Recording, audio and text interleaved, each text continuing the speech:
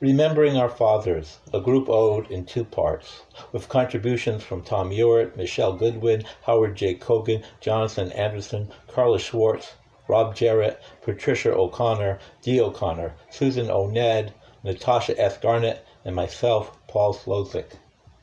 1. In hushed remembrance. I remember my father as a silent presence, a volcano smoking in the dark, erupting not often but memorably, a presence to keep your eyes on. I remember my father now, mainly in dreams, though more and more less frequently, ones in which he's behind the wheel of our second-hand Ford Granada, his own eyes on the road ahead, while demanding irrevocable quiet from all the other occupants, as we drive into deepening darkness down lonesome one-lane byways. I remember my father on his 80th birthday. To grow old is to be drowned out by a cacophony of change as your entire world is dismantled all around you. The next day, my mother called. She was crying. He passed away in the hospital without saying a word. Now cremated, he rests in sulking stillness on my mother's bureau in her room. 2. The braid.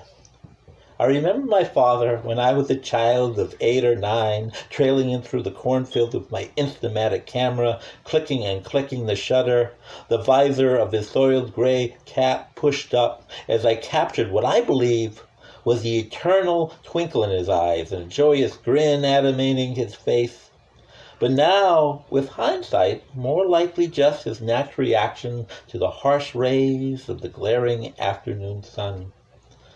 I remember my father's blue-eyed smile, his laughing approval, his circling arms, how he walked me up the hills, holding my hand, took my picture in the wind. He still has the mustache, the jawline, the straight shoulders of a movie star, and the kindest, gentlest heart. Wine should be sipped, he taught us, a knife respected, the truth told.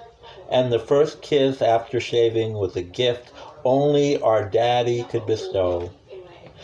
I remember how our father didn't have time to stop to close the driver's side truck door as he dashed around, loading mowers, filling tanks, changing blades before hustling out to the next job, but did have time to stop to steal our basketball, show off footwork and work boots, fake one way, spin, drop to the other, a beautiful hook shot, arcing, falling, kissing the net, my brother and I cheering in the sun.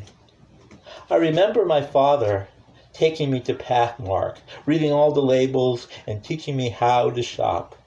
I remember my father teaching me jazz, asking me to tape 5 variations of Monk's Mysterioso.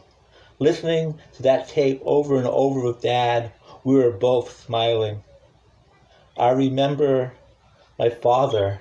There could be no other, black and white suited on the train that he commuted. I remember him on bended knees at his bedside at night, his familiar plea to the divine above. Please help us raise the 7 children in our family. I remember my father's worthless words, watchful eyes, softest touch. My favorite recollection? Everything, every time. My father's love, seldom spoken, always certain. I remember my father telling me I didn't owe him anything. I didn't believe him until I had a child of my own long after he had passed.